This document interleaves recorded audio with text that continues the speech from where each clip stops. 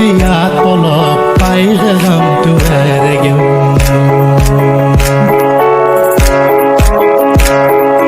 Düşüp kaldım ne koya, ya ki bu baktım siyah. Köp ağladım gülmedim, takdirim şöyle mi ya? O yitirdim indirahim, asmana yetti ahim. İşim ağla Xudaya, näme menin günahim.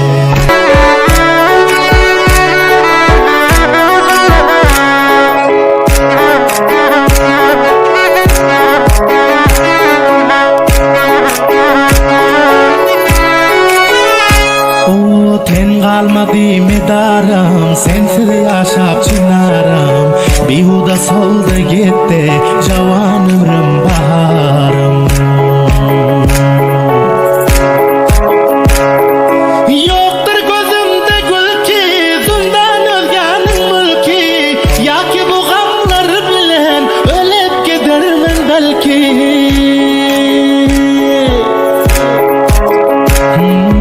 Al dünya imtihani, köttürgan munsani.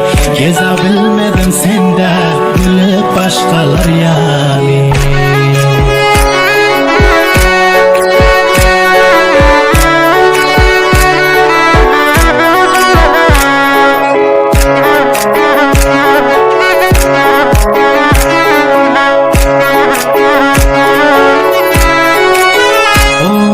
Gözyaşlarım sirgip, emme gamlar birigip.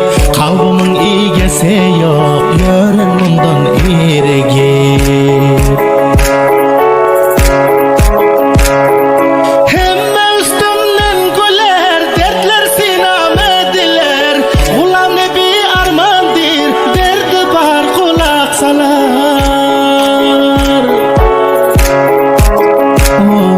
Gözyaşım dinayor mi, ya men istinayor mi?